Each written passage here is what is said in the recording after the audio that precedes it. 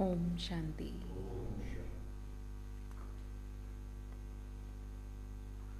आज 24 मार्च बाबा के महावाक्य हैं। मीठे बच्चे, तुम रूहानी सोशल वर्कर हो। तुम्हें इस दुनिया को सुख, शांति और पवित्रता से संपन्न बनाने के लिए अपना तन, मन, धन सफल करना है। मीठे बच्चे, कौन हो तुम? तुम रूहानी सोशल वर्कर हो। तुम्हें इस दुनिया को सुख, शांति और पवित्रता से संपन्न बनाने के लिए अपना तन, मन, धन सफल करना है। आज बाबा ने प्रश्न पूछा, माया पर जीत पाने के लिए तुम बच्चों के पास कौन सा हथियार है? माया पर जीत पाने के लिए तुम बच्चों के पास कौन सा हथियार है? उस हथियार को यूज करने की विधि क्या है? क्या है?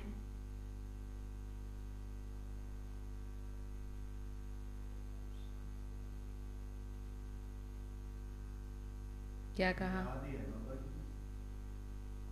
माया पर जीत पाने का हथियार और उसे यूज कैसे करेंगे?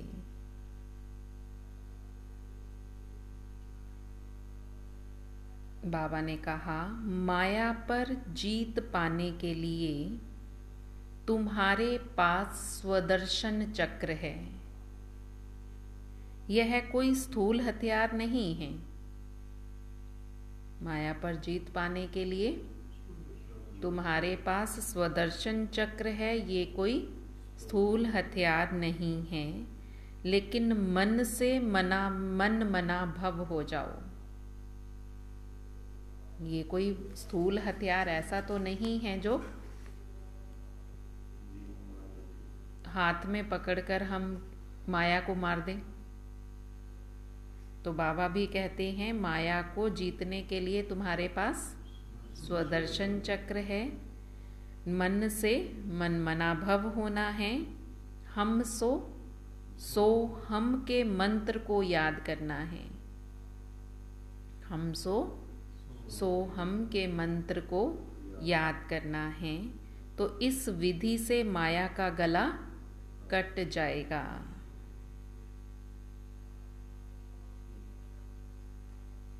तुम माया जीत बन चक्रवर्ती राजा बन जाएंगे। जब ये मंत्र याद रखोगे, कौन सा? हम सो हम का मंत्र याद रखेंगे, तो बाबा कहते इस विधि से माया का गला कट जाएगा और तुम माया जीत और चक्रवर्ती राजा बन जाएंगे। तो ये मंत्र क्या करना है? रटते रहें। क्या करें? उसका अर्थ जानकर फिर बुद्धि में उसको फिराना है।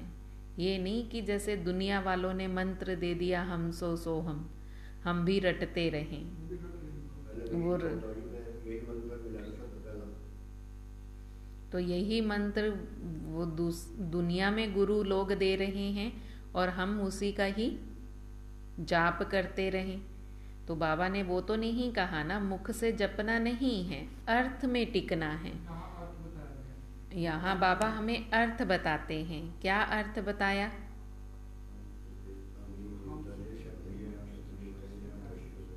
हम सो देवता, देवता सो क्षत्रिय, सो वैश्य, सो शूद्र, सो ब्राह्मण, सो देवता बनते हैं। गीत है इस पाप की दुनिया से कहीं और ले चल। कहाँ? जहाँ सुख और चैन हो। ओम शांति। तुम ब्रह्मा मुख वंशावली ब्राह्मण ही जानते हो, ये कलयुगी पाप की दुनिया है और सतयुग जरूर पुण्य की दुनिया है। बच्चों को समझाया गया है, जो भी मनुष्य पाप आत्माएं बनती हैं तो वो जरूर फिर मेहनत करती हैं कि हम पुण्य आत्मा भी बने, और जो मनुष्य पुण्य आत्माएं होती हैं उनका जन्म फिर अच्छे घराने में होता है। पाप आत्मा को बुरा जन्म मिलता है, पुण्य आत्मा को अच्छा जन्म मिलता है। कोई अच्छे घराने में जन्म ले तो कहते हैं ना, अच्छे कर्म किए हैं। अब ये तो सारी दुनिया ही पाप आत्माओं की दुनिया है।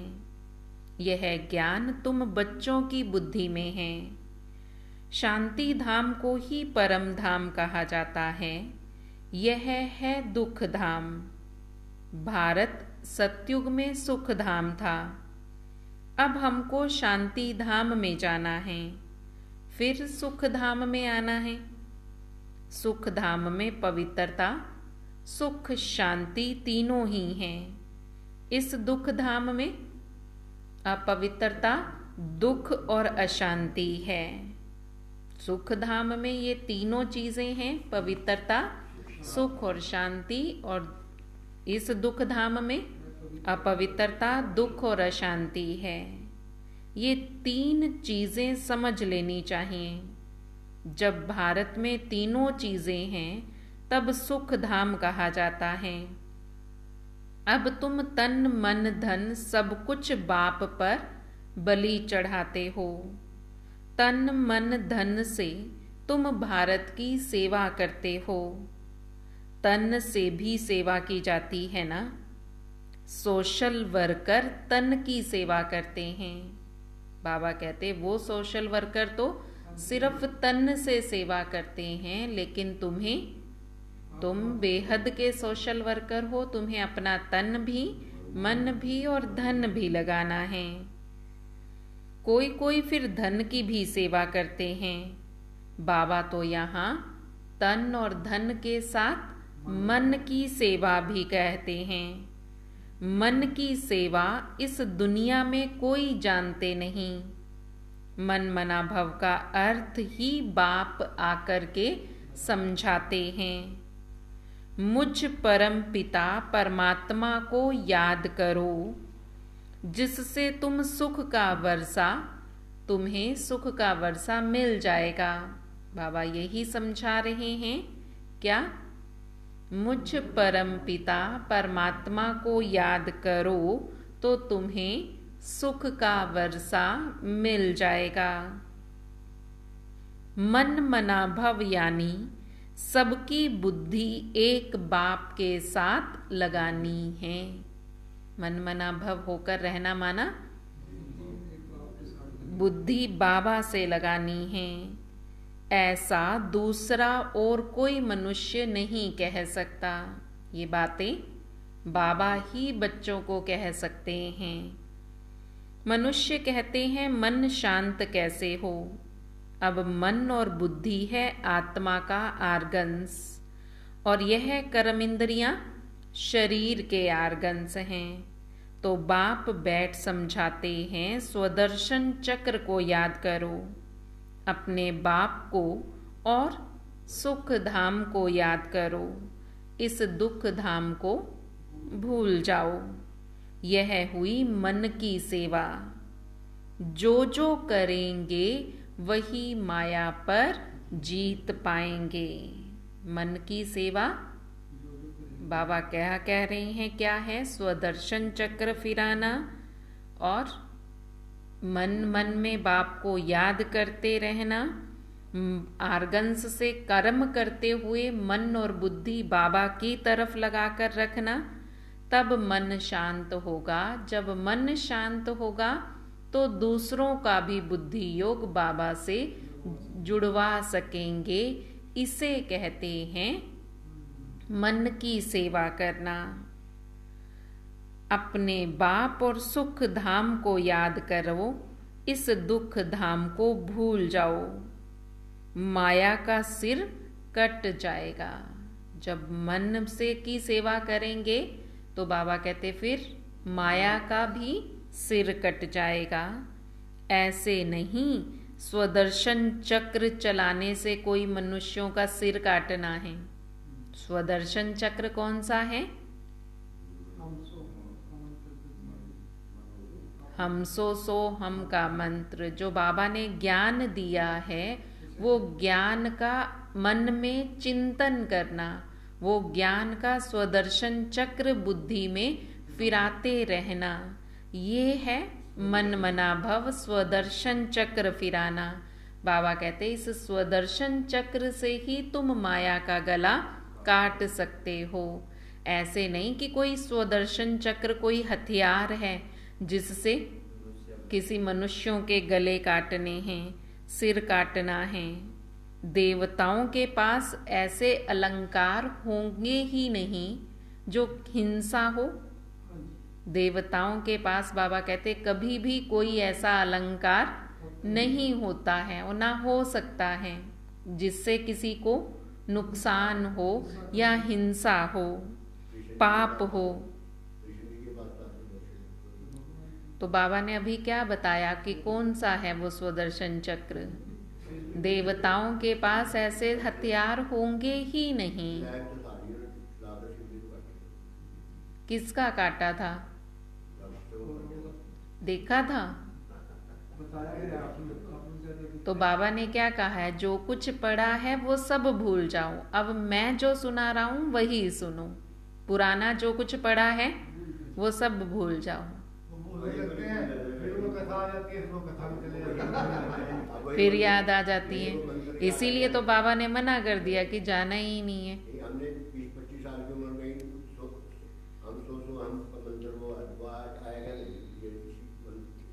बाबा कहते मनुष्य समझते हैं श्री कृष्ण ने स्वदर्शन चक्र चलाया और गला काट दिया।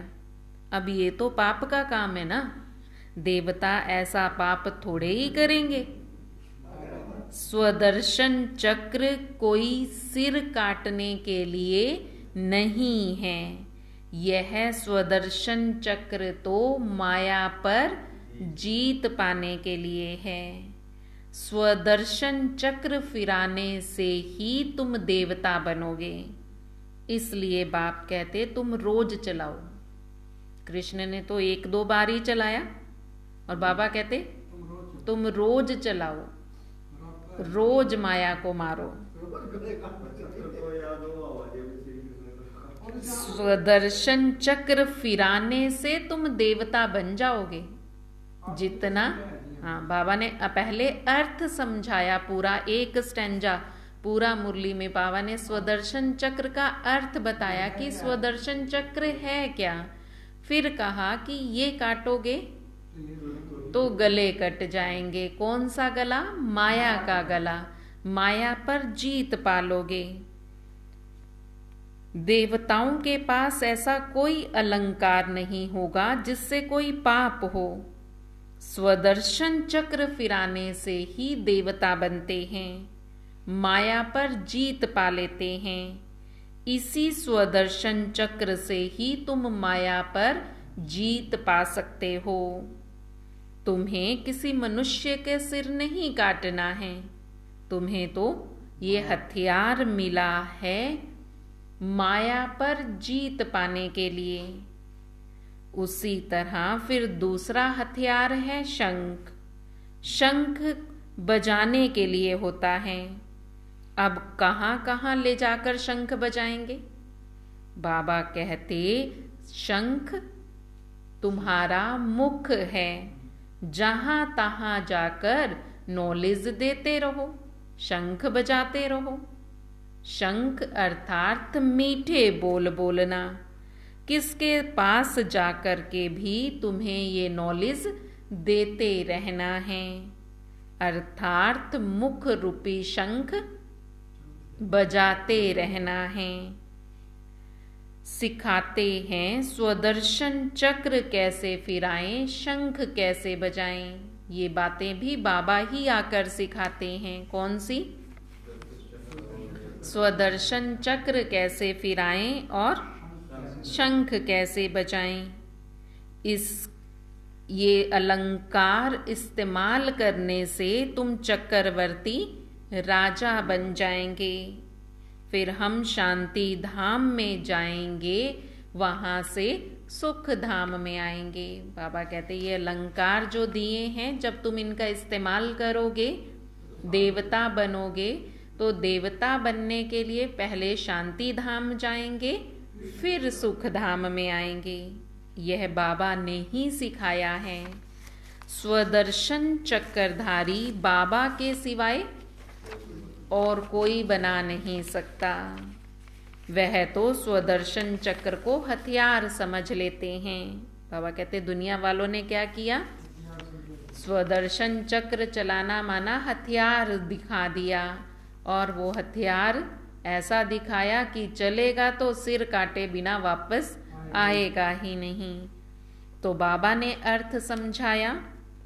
बाबा कहते स्वदर्शन चक्र का अर्थ बाबा के सिवाय और कोई समझा नहीं सकता। अब तुम ईश्वर की वंशावली हो, फिर बनोगे विष्णु की वंशावली। उसके लिए स्वदर्शन चक्र चलाना पड़े। स्वदर्शन चक्र का अलंकार भी विष्णु को दिया है। तुम हो पुरुषार्थी। तुम जानते हो विष्णु की दुनिया में जाने के लिए, विष्णु समान बनने के लिए हमें स्वदर्शन चक्र फिराना पड़ेगा। स्वदर्शन चक्र फिराने से ही हम देवता बनेंगे और माया पर जीत पाएंगे। ये तुम्हारा हथियार है, देवताओं का नहीं। ये स्वदर्शन चक्र बाबा कहते देवताओं के पास नहीं दे सकते, क्योंकि वहां उन्हें जरूरत ही नहीं है। ये हथियार तो तुम बच्चों के लिए है। इसको चलाकर तुम देवता बनोगे और माया पर जीत पाओगे। शंख है बजाने के लिए, नॉलेज मिल रही है ना। बाबा भी शंख बजाते हैं। बाबा फिर बच्चों को भी कहते हैं, बच्चे तुम भी शंख बजाओ। अर्थात सबको नॉलेज देते रहो। बाबा सिखाते हैं स्वदर्शन चक्र कैसे फिराना है। स्वदर्शन चक्र फिराने से तुम चक्रवर्ती महाराजा महारानी बन जाएंगे। अब हम शांति धाम जा रहे हैं, फिर हम सुख धाम में आएंगे। ये बातें बाबा ने ही तो सिखाई है ना।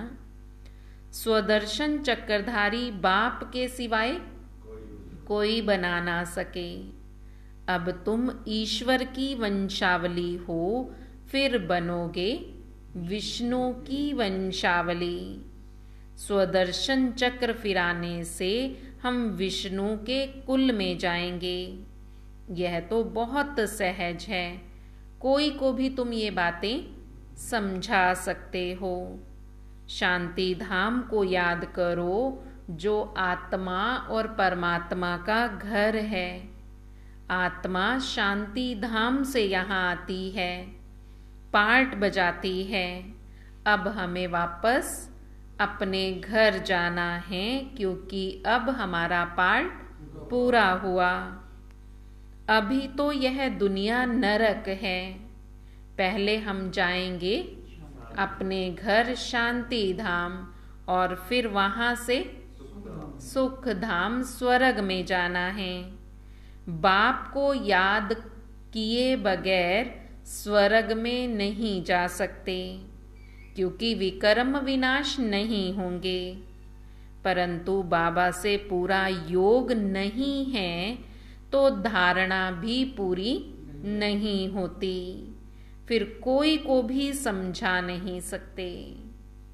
अगर बाबा से पूरा योग नहीं है तो बाबा कहते धारणा भी पूरी नहीं होगी, फिर किसी को समझा भी नहीं सकेंगे। जब खुद धारणा नहीं है तो दूसरों को कैसे समझाएंगे।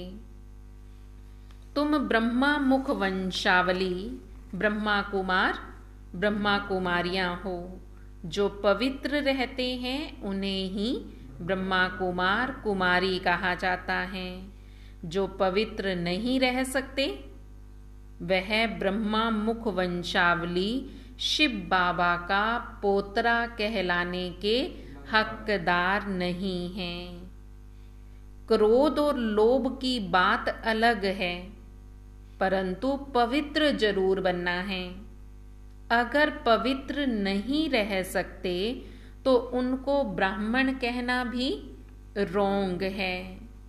वह ब्राह्मण कुल का है ही नहीं। जिसमें विकार हैं या जो विकार में जाते हैं तो समझा सकते हैं हम तो पवित्र रहते हैं, परंतु कोई विकारी बन खराब हो जाते हैं तो वह ब्राह्मण कहलाने के हकदार नहीं हैं। विकार में जाना पतितपना है। ऐसे पतित यहाँ आ नहीं सकते, परंतु कारणे अकारणे आने देना पड़ता है।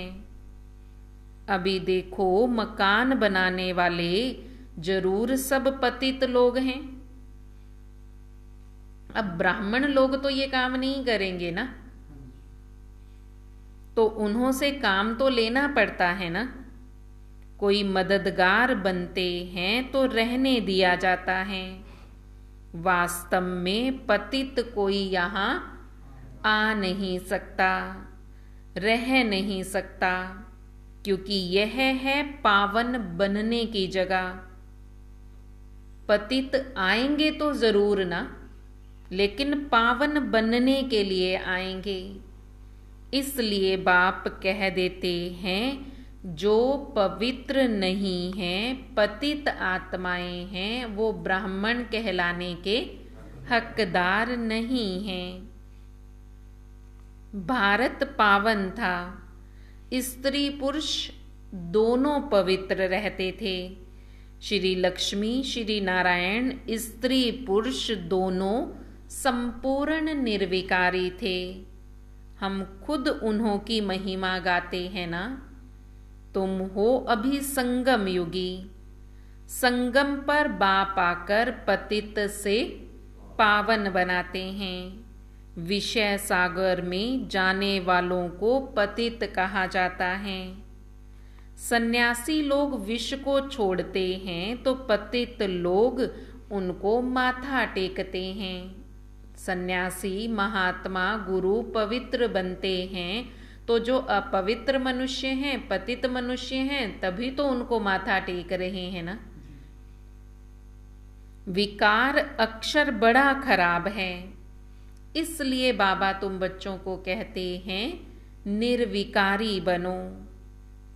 विकार को कहा जाता है विशेष, निर्विकारी को कहा जाता है वाइसलेस। बाबा कहते मैं कल्प कल्प संगम पर आकर पतित से पावन बनाता हूँ, लायक बनाता हूँ, पावन दुनिया का मालिक बनाता हूँ। स्वर्ग का मालिक तो स्वर्ग का रचयिता ही बनाएगा ना। बाप को समझाना पड़ता है देवताएं कितने धनी के थे और इस समय तो सब निधन के बन गए हैं। यह है दुखदाई दुनिया, सब एक दो को दुख देते रहते हैं। नंबर 1 दुख है काम कटारी चलाना, जिसने आदि मध्य अंत सबको दुखी किया है। इस दुख धाम में कोई को शांति मिलना असंभव है, क्योंकि सारी दुनिया ही विकारी बन गई है। सारी दुनिया का प्रश्न है ना, इतने सन्यासी पवित्र रहते हैं, इतने बाल ब्रह्मचारी महात्मा हैं, तो भी भारत तमो प्रधान हो गया। सिर्फ वह पवित्र बनते हैं, सारी दुनिया पवित्र नहीं बनती। इसलिए फिर भारत, सारी दुनिया, खास भारत और आम सारी दुनिया, बाबा कहते तमो प्रधान बन गई। जबकि जब द्वापर युग शुरू हुआ, सन्यासी महात्मा आ गए, वो पवित्र रहने लगे। बाबा कहते उनके पवित्रता के बल ने सृष्टि को थोड़े समय के लिए थमाया तो जरूर है, लेकिन पतित होने से नहीं बचा सके, क्योंकि वो तो थोड़े हैं जो पावन बने, पवित्र बने। बाकी तो सारी दुनिया पतित ही थी, अपवित्र थी। इसलिए सारी दुनिया तमो प्रधान बनती चली गई। इसलिए फिर पतित मनुष्य उन पावन मनुष्यों की जाकर पूजा करते हैं, माथा टेकते हैं। सिर्फ वह पवित्र बनते हैं। इसलिए फिर पतित मनुष्य उनको जाकर के माथा टेकते हैं, उनकी सेवा करते हैं, उन्हें भोजन देते हैं, उनके लिए घर आदि बनाकर भी देते हैं। तो जो पवित्र बनते हैं उनका ही नाम बाला होता है। जो पवित्र नहीं रहेंगे, बाबा कहते उनका नाम बाला नहीं होगा। जो पवित्र रहते हैं, नाम बाला उनका ही होता है। बाप भी इन विकारों पर जीत पहनाते हैं। हम सो पूज्य देवता थे, ये सब भूल गए हैं। निर्विकारी देवी देवताओं की डायनेस्टी चलती है। पूछेंगे वहाँ पैदाइश कैसे होगी? सो तो जरूर वहाँ की जो रस्म होगी वैसे ही चलेगी। पहले तुम बाप से राजयोग सीखकर राजभाग का वर्षा तो ले लो। बाबा कहते यहाँ बाबा पवित्र बनने के लिए कहते हैं कि वही पवित्रता फिर सतयुग में कायम रहेगी। फिर दुनिया वाले प्रश्न करते हैं कि पैदाइश कैसे होगी। बाबा फिर समझाते हैं वहाँ की जो रस्म रिवाज होगी, जैसे होगी वो चलती रहेगी। बस तुम्हें तो पहले पवित्र बनना है ना। बाबा समझा रहे हैं, भगवान कह रहे हैं, भगवान का कहना मानकर पवित्र बनो, स्वर्ग का राजभाग का वर्षा लो। फिर वहां की जो रस्म रिवाज होगी वो चलती रहेगी। अब यह थोड़े ही पूछना होता है कि वहां बच्चे कैसे पैदा होंगे। अरे जैसे पैदा होने होंगे होते रहेंगे। सृष्टि तो वृद्धि को पाती है ना, तो पाते रहेंगे। पर तुम बच्चों को बाबा समझाते हैं तुम्हें पवित्र जरूर बनना है।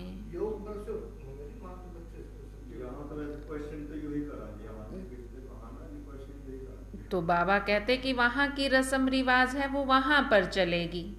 अगर कोई नहीं समझता है तो बाबा बस कह देते हैं वहाँ की रस्म रिवाज वहाँ होगी, तुम्हें जो कहा है तुम्हें वो करना है।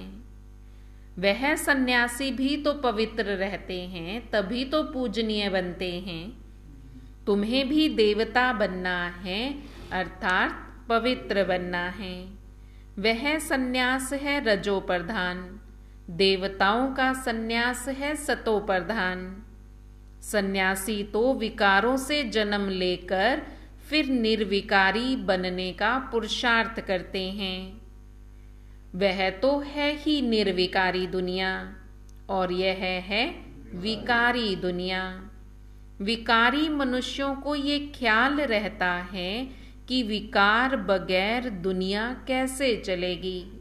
बाबा कहते जो निर्विकारी मनुष्य होंगे वो ये ख्याल नहीं करेंगे, जो विकारी मनुष्य होंगे उन्हीं को ही ये ख्याल आएंगे, वही ये बार बार सोचेंगे। क्योंकि कहा भी जाता है जैसी दृष्टि वैसी सृष्टि। बाबा कितना अच्छा बना रहे हैं, लक्ष्य देखो कितना ऊंचा देते हैं। तुम्हारी बुद्धि में ये लक्ष्य हमेशा रहना चाहिए। भगवान हमको आप समान भगवान भगवती बनाते हैं, तो गोया मास्टर भगवान हो गए ना, फिर देवता बनना है। मास्टर भगवान बन बाप के घर जाना है। जैसे वह पावन है, तुम भी याद करते करते पावन बन जाएंगे।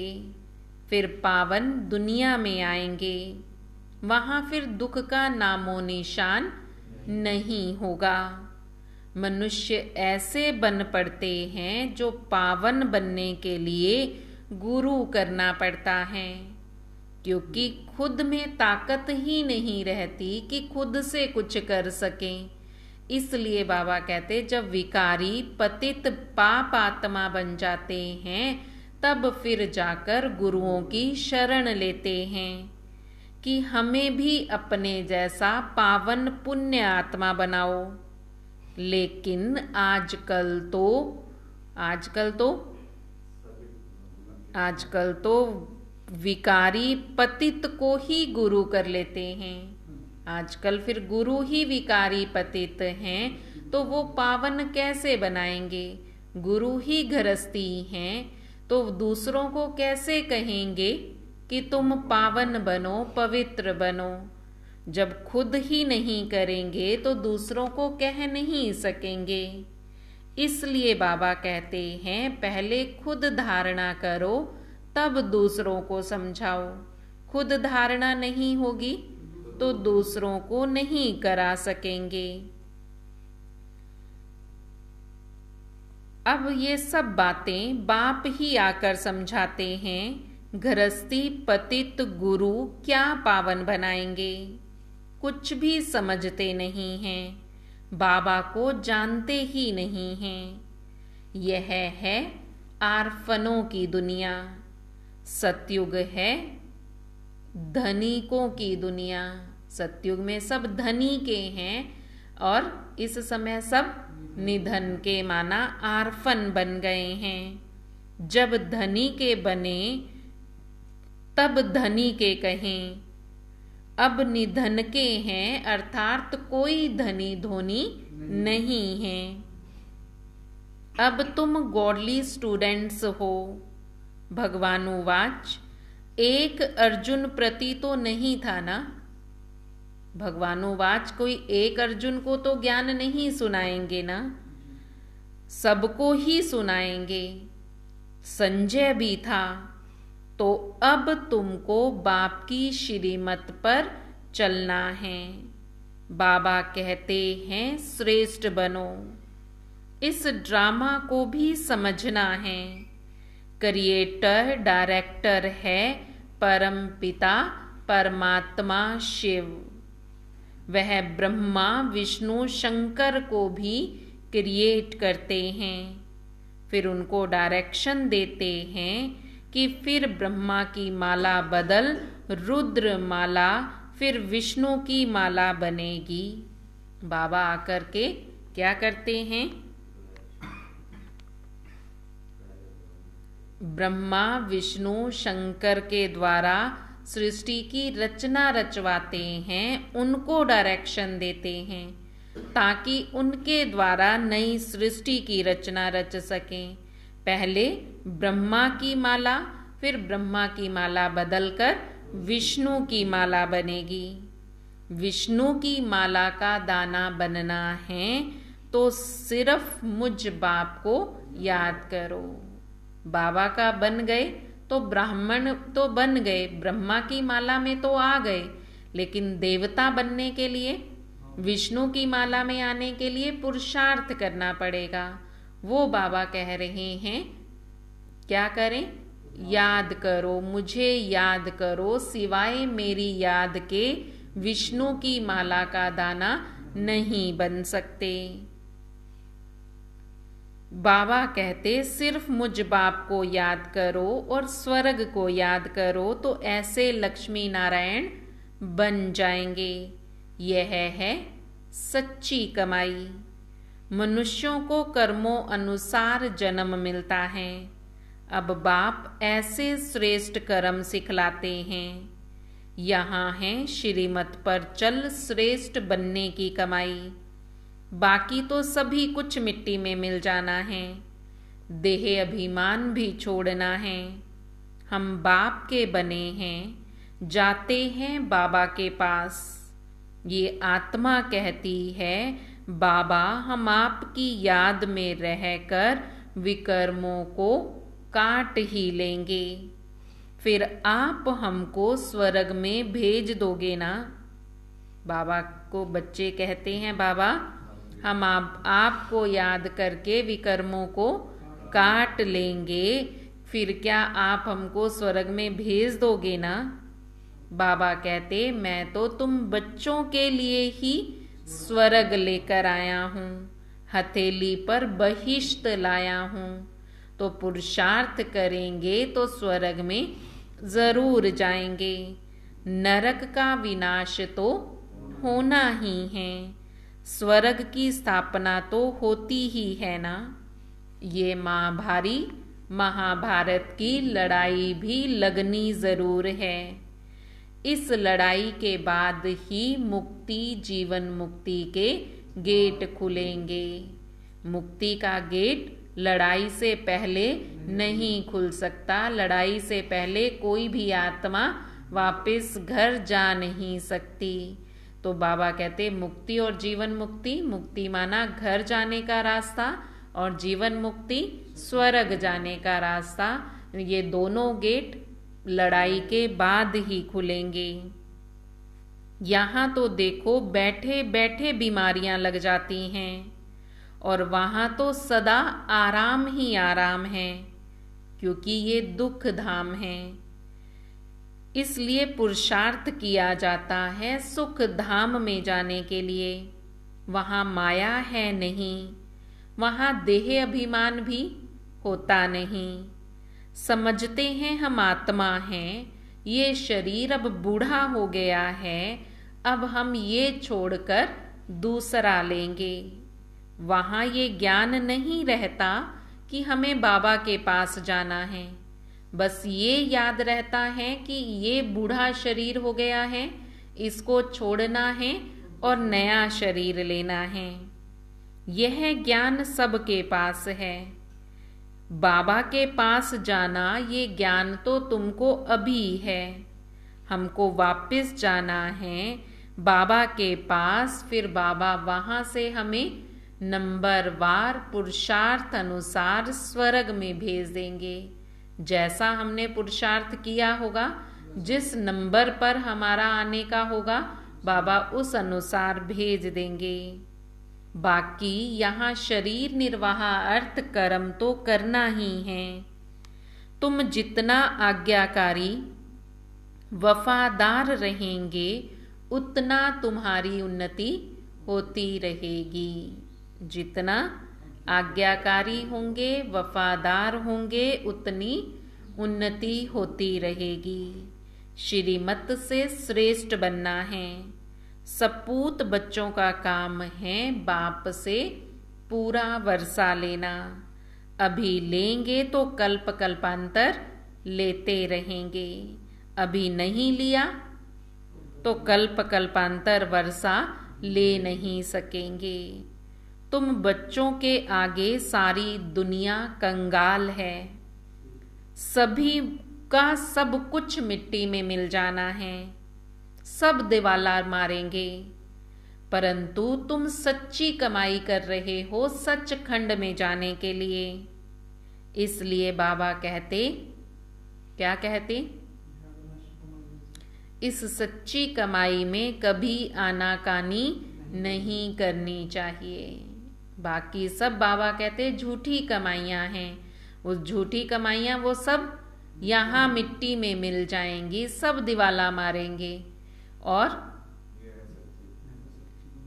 तुम सच्ची कमाई कर रहे हो सचखंड में जाने के लिए। इसलिए इस सच्ची कमाई में कभी आनाकानी नहीं करनी चाहिए। बाबा कहते हैं मैं तुमको ये सच्ची कमाई कराकर घर ले जाने के लिए आया हूँ। इसलिए सच्ची कमाई करो और घर को याद करो। घर का मालिक ही बताते हैं तुम हमारे घर के मालिक थे।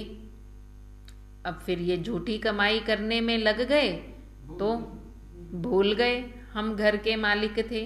तो अब घर का मालिक आकर बता रहा है कि तुम घर के मालिक थे, अब फिर घर को याद करो तो घर वापस जाएंगे। अब यह ड्रामा पूरा होता है। अब सबको वापस घर जाना है। कितनी सहज बातें हैं याद रखने की। याद रखो, बाबा कहते कितनी सहज बातें हैं याद रखने की, परंतु घड़ी घड़ी बच्चे भूल जाते हैं। अच्छा, मीठे मीठे सिक्की लदे बच्चों प्रति मात पिता बाप दादा का याद प्यार और गुड मॉर्निंग। रूहानी बाप की रूहानी बच्चों को नमस्ते। रूहानी बच्चों की रूहानी बाप दादा को दिल व जान सिक व प्रेम से नमस्ते नमस्ते नमस्ते जी।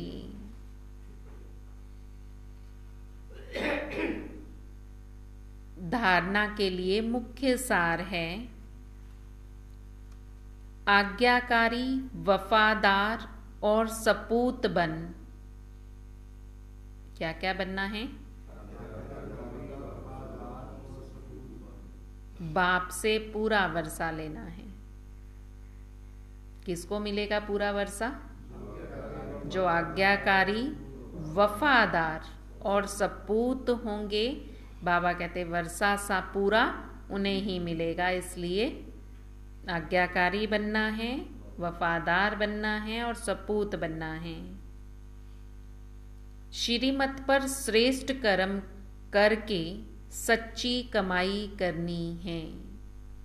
श्रीमत पर चलना है, श्रेष्ठ कर्म करने हैं, सच्ची कमाई करनी है।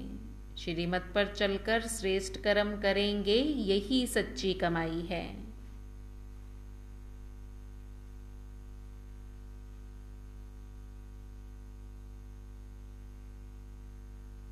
संपूर्ण निर्विकारी बन सच्चा ब्राह्मण बनना है। संपूर्ण निर्विकारी बनकर सच्चा ब्राह्मण बनना है। पावन बन स्वयं को पावन दुनिया का लायक बनाना है।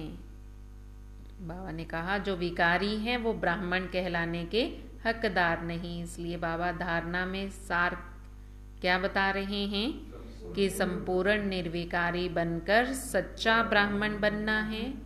पावन बनकर स्वयं को पावन दुनिया के लायक बनाना है।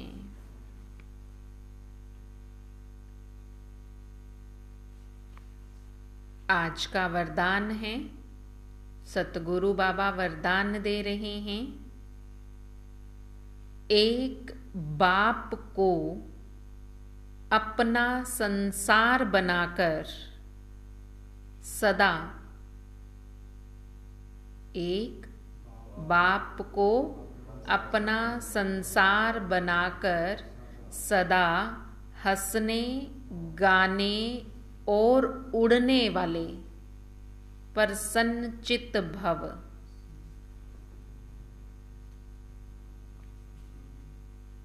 एक बाप को अपना संसार बनाकर सदा हंसने, गाने और उड़ने वाले प्रसन्न चित्त भव। कहा जाता है दृष्टि से सृष्टि बदल जाती है। तो आपकी रूहानी दृष्टि से सृष्टि बदल गई। अभी आपके लिए बाप ही संसार है। पहले के संसार और अभी के संसार में फर्क हो गया। पहले संसार में बुद्धि भटकती थी, अभी बाबा ही संसार हो गया तो बुद्धि का भटकना बंद हो गया।